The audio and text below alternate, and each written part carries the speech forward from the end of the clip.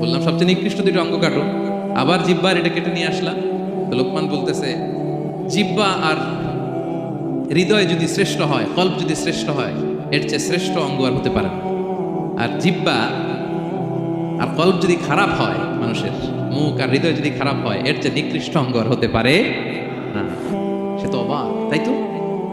সে চিন্তা করে দেখে, তাই তো এই মুখ দিয়ে মানুষ ভালো কথা বলে, সত্যের পায়গাম পৌঁছায়, মানুষের কল্যাণের জন্য ডাকে, জিকির করে, তাসবিহ পড়ে, কোরআন তেলাওয়াত করে, তখন তো এই জিহ্বা শ্রেষ্ঠ। আবার এই জিহ্বা দিয়ে যখন সে সমালোচনা করে, গীবত করে, শেখায়াত করে, অন্যকে গালি দেয়, কত কথা বলে, তখন তো এই জিহ্বাটাই নিকৃষ্ট, ঠিক কিনা? আবার এই হৃদয় দিয়ে, এখানে সিনায় যখন আল্লাহর জিকির বসায়, এই হৃদয় দিয়ে মানুষের কল্যাণের কথা চিন্তা করে, সত্যের কথা চিন্তা করে, তখন তো এটা সবচেয়ে ভালো। আবার এই হৃদয়ে যদি অন্যের ব্যাপারে হিংসা পুষে রাখে, এই হৃদয়ে যদি সে নিজের ব্যাপারে হাই স্টিম, অহংকার পুষে রাখে, তাইলে হৃদয়ের চেয়ে খারাপ অঙ্গার হতে পারে। মালিক অবাক হয়ে গেল। তাই তো লোকমান, আসলেই তুমি অনেক প্রাজ্ঞ, অনেক বিজ্ঞ, যাও, তোমাকে আমি আর এই বন্দিত্বের মধ্যে আটকে রাখতে চাই না। তোমাকে আমি এই ভালো কথাগুলো গণমানুষের কাছে পৌঁছে দেওয়ার জন্য আজ থেকে তোমাকে লোকমান আমি আজাদ করে দিলাম। তো তিনি তার সন্তানকে ডেকে বলেছিলেন, কিছু উপদেশ দিয়েছিলেন ডেকে, যে বাবা এটা করো, এটা করো, এটা করো, এটা করো না। এই তার সন্তানকে এই উপদেশগুলো তিনি যে দিলেন, আল্লাহ তাআলার কাছে এত ভালো লেগেছে, এতই চমৎকার এবং পারফেক্ট মনে হয়েছে, আল্লাহ তাআলা কিয়ামত পর্যন্ত গোটা বিশ্বের সব বাবারা, মায়েরা যেন তাদের সন্তানদেরকে এই উপদেশ দিতে পারে, হুবহু লিটারালি ওই কথাগুলো আল্লাহ তাআলা কোরআনের মধ্যে তুলে দিয়েছেন। আজকের সূরা লোকমানের দ্বিতীয় রূপতে মূলত এই তাফসীরটাই আপনাদেরকে শোনাবো। তো কোন প্লট, কোন স্লট আজকে আলোচনা হবে, সবার কাছে ক্লিয়ার? হ্যাঁ, আগ্রহ জাগছে, জানার ব্যাপারে আগ্রহ জাগছে? আচ্ছা, আসুন আমরা মহাবিশ্বের মহাগ্রন্থ আল কোরআনুল কারীম থেকে সরাসরি আলোচনা শুরু করি। আমরা আউযু বিল্লাহ দিয়ে শুরু করি, সবাই পড়ুন। আউযু বিল্লাহি মিনাশ শাইতানির রাজীম। বিসমিল্লাহির রহমানির রহিম। ওয়ালাকাদ আতাইনা লুকমানাল হিকমাতা আন ইশকুর লিল্লাহ ওয়া মান ইয়াশকুর ফাইন্নামা ইয়াশকুরু লিনাফসিহি ওয়া মান কাফারা ফাইন্নাল্লাহা গানিয়্যুন হামিদ। সুবহানাল্লাহ পড়েন।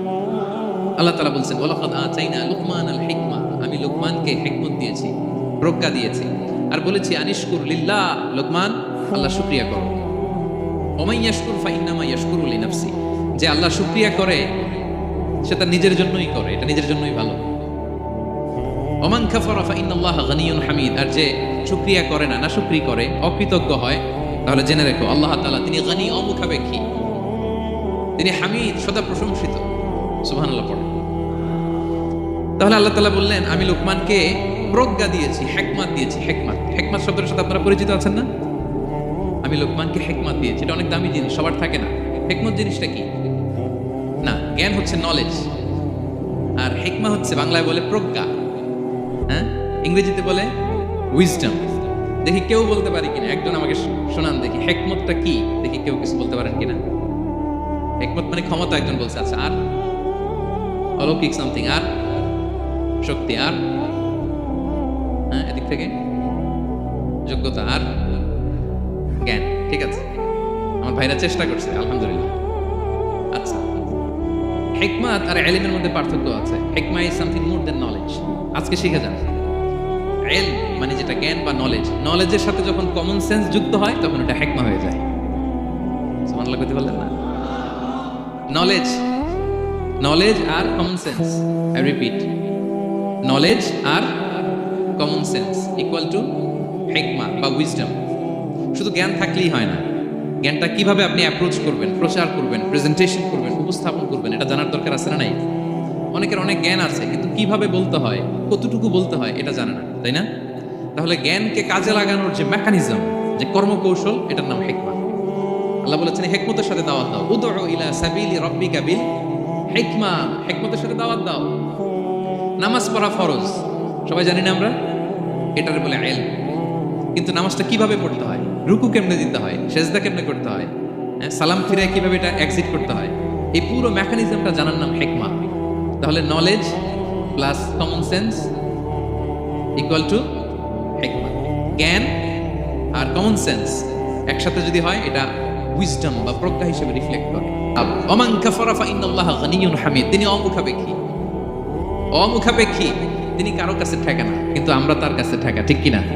আমরা বিপদে পড়লে কার কাছে চাই? আল্লাহ কারো কাছে চায়? আমাদের ফরিয়াদ আমরা কার কাছে জানাই? আল্লাহর কি কারো কাছে ফরিয়াদ জানানো লাগে? তিনি গানিয়্যুন হামিদ, অমুখাপেক্ষী, কারো প্রতি তিনি মুখাপেক্ষী নয়। গোটা বিশ্ব তার কাছে প্রার্থনা করে, গোটা বিশ্ব মুখ থুবড়ে তার কাছে পড়ে থাকে, গোটা বিশ্ব লুটিয়ে পড়ে সিজদায় পড়ে তার কাছে রোনাজরি করে, কিন্তু তিনি কারো কাছে কিছু যেতে হয় না, তিনি গানিয়্যুন হামিদ। এরপর আল্লাহ তাআলা সেদিনা লুকমান আলাইহিস সালাম সন্তানকে কি উপদেশ দিলেন এরপরের আয়াত থেকে শুরু করলেন। আল্লাহ তাআলা বললেন, ওয়া ইয ক্বালা লুকমানু লিবনিহি ওয়া হুয়া ইয়াইদুহু ইয়া বুনাইয়া লা তুশরিক বিল্লাহ ইন্নাশ শিরকা লাযুলমুন আযীম।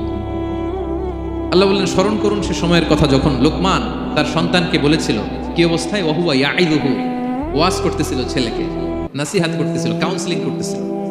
ফ্যামিলিতে এটা খুব জরুরি, নাসিহা করা, একে অপরকে উপদেশ দেয়া। কারণ আর দিন ও নাসিহা, দিন মানেই কল্যাণ কামনা করা, দিন মানেই অন্যকে কি দেয়া? উপদেশ দেয়া, নাসিহা দেয়া। এটা যেন আমরা দেই, এজন্য ফ্যামিলি কাউন্সেলিংটা জরুরি। নিজেই হুট করে সব সিদ্ধান্ত নেবেন না, আপনার স্ত্রীর সাথে পরামর্শ করুন, আপনার সন্তানদের সাথে পরামর্শ করুন। দেখেন সাইয়েদনা ইব্রাহিম আলাইহিস সালাম, তিনি স্বপ্নে দেখলেন তিনি ইসমাইলকে জবাই করতেছেন। এটা দেখেই ডিরেক্টলি জবাই করতে উদ্যত হলেন না, তিনি ছেলেকে বললেন, ফানজুর মাযা তারা ইন্নী রাআইতু ফিল মানামি আন্নী আযবাহুক। ইসমাইল, আমি স্বপ্নে দেখেছি যে আমি তোমাকে কি করছি? জবাই করছি। ফানজুর মাযা তারা, what's your opinion about it, what do you think about ইট?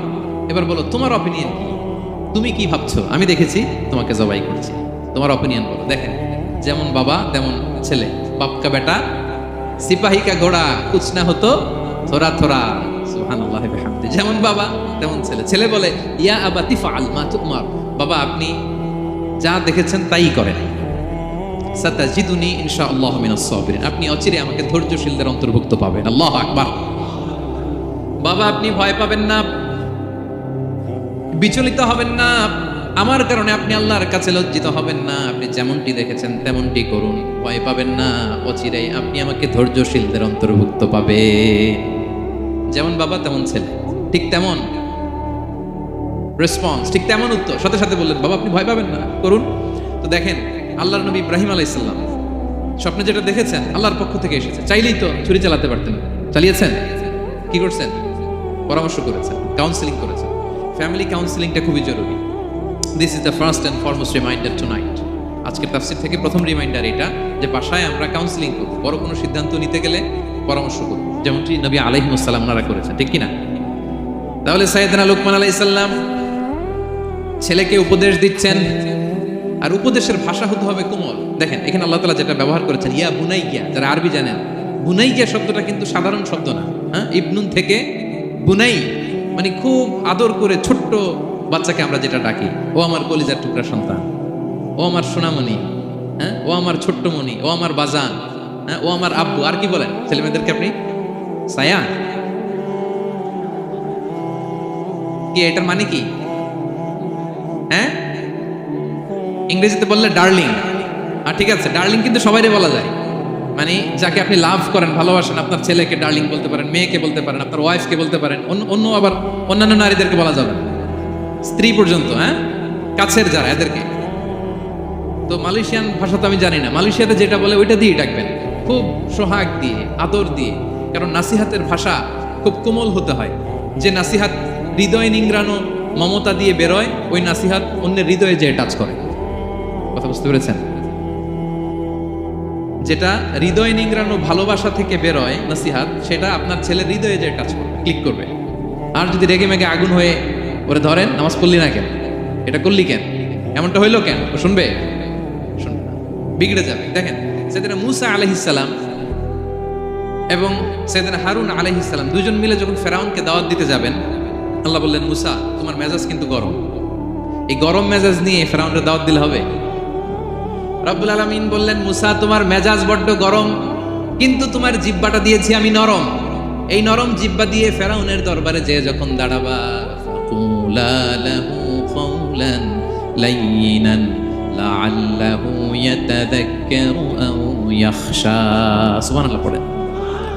ফাকুলা লাহু কাওলান লাইকিনা, সফট ল্যাঙ্গুয়েজ ইউজ করবা, কোমল ভাষায় দাওয়াত দিবা, নরম ভাষায় সফট করে কোমল করে ভদ্র করে ফেরাউনের কাছে প্রেজেন্টেশন দিবা। হতে পারে তোমার এই সুন্দর প্রেজেন্টেশনের কারণে ফেরাউন দাওয়াত কবুল করে নিতে পারে। দেখেন আমাদের যে অ্যাপ্রোচে ভুল অনেক দাঈদের, ফেরাউনের মতো কুখ্যাত সন্ত্রাসী এই পৃথিবী আর দেখবে? কথা বলেন না কেন? ফেরাউনের চাইতে বড় গডফাদার, ফেরাউনের চাইতে বড় সন্ত্রাস ডাকাত এই পৃথিবীতে আর দ্বিতীয়টা কেউ এসেছে? তো এই ফেরাউনকে দাওয়াত দেওয়ার জন্য আল্লাহ মুসাকে বললেন, মুসা সফটলি বইলো, কোমল ভাষায় বইলো, একটু মোলায়েম সুরে বইলো, যাতে ওর হৃদয়ে টাচ করে। আর আমরা যাদেরকে খারাপ মনে করি, যাদেরকে আমরা পাপী মনে করি, তারা কি ফেরাউনের চেয়েও খারাপ? হ্যাঁ, তো তাদের কাছে আমরা যখন বার্তা পৌঁছাই, আমরা তো অ্যাগ্রেসিভ হই কেন? আমরা তো অ্যাটাকিং হই কেন? আমরা হিট করে করে কথা বলি কেন? না, দিস ইজ নট দ্য দাওয়া অ্যাপ্রোচ। এইভাবে দাওয়াত দিলে সেই দাওয়াত কোনো ফল বয়ে আনবে না। তো দেখেন আল্লাহ বললেন, ওয়াইদ ক্বালা লুকমানু লিবনিহি ওয়া হুয়া ইয়াইদু, স্মরণ করুন সে সময়ের কথা যখন লোকমান তার ছেলেকে বলেছিল ওয়াজ করে, উপদেশ দিয়ে, নাসিহা করে, ইয়া বুনাইয়া, ও আমার কলিজার টুকরা সন্তান, ও আমার সোনামণি, যত কোমল ভাষায় আপনার ছেলেকে ডাকতে পারেন, এরকম আদর দিয়ে, সোহাগ দিয়ে, হ্যাঁ, মায়া মমতা মাখা মুলায়েম কণ্ঠে ওকে ডাকবেন। ডেকে কি উপদেশ দিলেন দেখেন। সাইয়েদনা লোকমান প্রথম উপদেশ দিলেন, ইয়া বুনাইয়া, আমার সন্তান, লা তুশরিক বিল্লাহ, ও আমার কলিজার টুকরা বাবা, আল্লাহর সাথে তুমি শিরক করো না। প্রথম উপদেশ, খবরদার আমার কলিজার টুকরা সন্তান, আল্লাহর সাথে শরীক করতে যেও না, আল্লাহর সমকক্ষ কাউকে মনে করো না। আল্লাহকে যেমনি বড় মনে করো, আল্লাহকে যেমনি রিজিক দাতা মনে করো, আল্লাহকে যেমনি পালন কর্তা মনে করো, গোটা বিশ্বের কোন সৃষ্টিকে এমন মনে করো না। লা তুশরিক বিল্লাহ, শিরক করো না।